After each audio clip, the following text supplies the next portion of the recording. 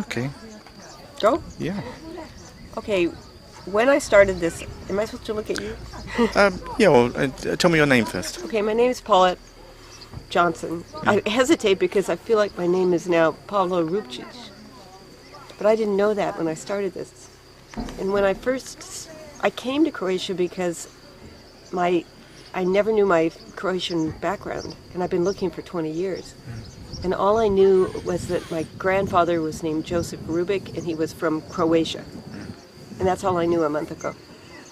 So I made up this flyer. I don't know if you can see it.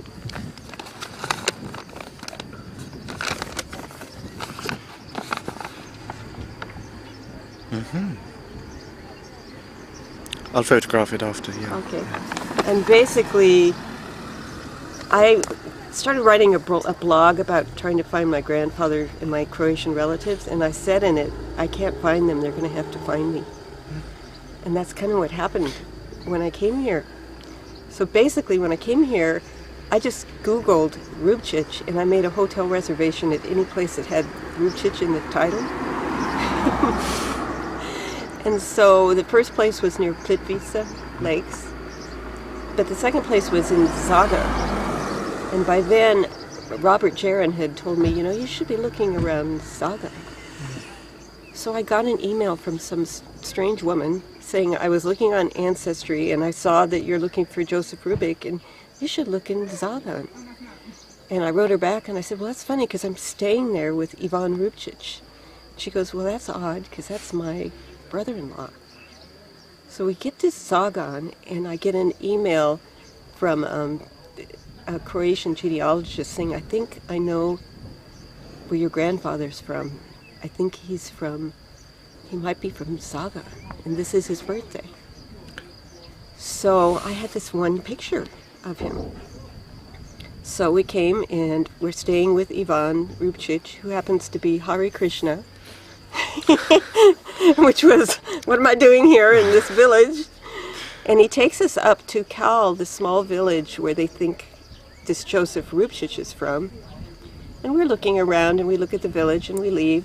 And we happen to see a thing on the wall that says the partisan World War II losses. And they listed Nikola Rupcic, same father as the Joseph Rupcic she found. Rupcic. So Ivan knew everybody in town, and so he hooked me up with these two women who are from that lineage. And I was showing my picture and I was saying, this is a picture of my grandfather who came to America 100 years ago. And they said, 60 years ago I saw a picture like that, but he was sitting down. And then they were arguing with each other in Croatian, and maybe not. Meanwhile, we go to the records office, and they have the birth records of Joseph Rupcic and my grandmother. So then Ivan takes us to this man in town who's a 96-year-old genealogist, and he has the family history of everybody in the entire Novi Vinodolski. And it laid out everybody. It said Joseph Rupcic, it stops. So that means he went to America. So the two cousins invited me over. I walk in the house and they said, we have to show you something. And I go over to the table, and there on the table is a picture of they found the picture of my grandfather that had been sent them 60 years ago. And they turned it over and it said, in memory of Joseph Rubik, who went to America. Wow. And that's... So you come back to Croatia to my brother died, my father died, and I just felt... what I said is I wanted to feel my heart on the ground. I wanted to feel my heart in the ground of the homeland. And that's kind of what happened.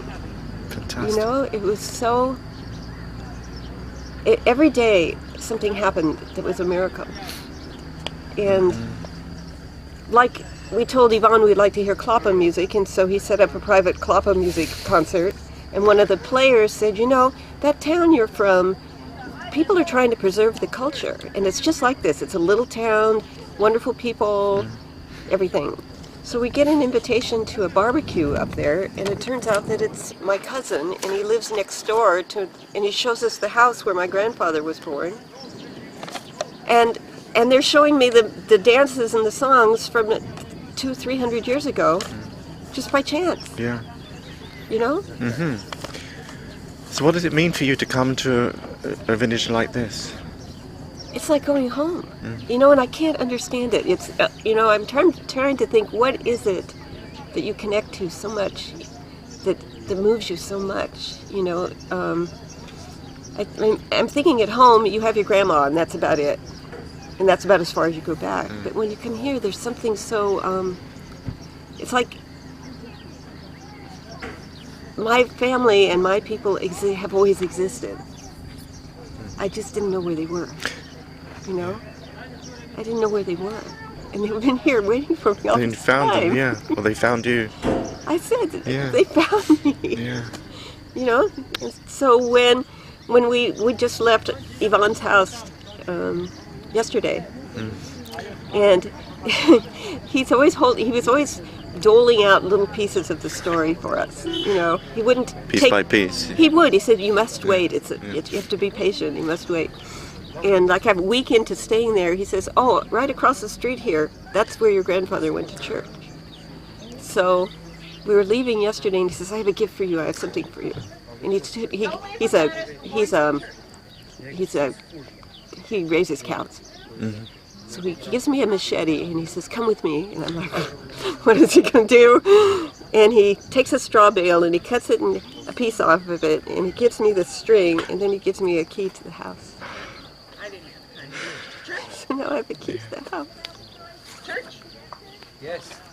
And I don't want to leave. Yeah. 1 kilometer from here. Oh, Yes. 1 kilometer. Mile.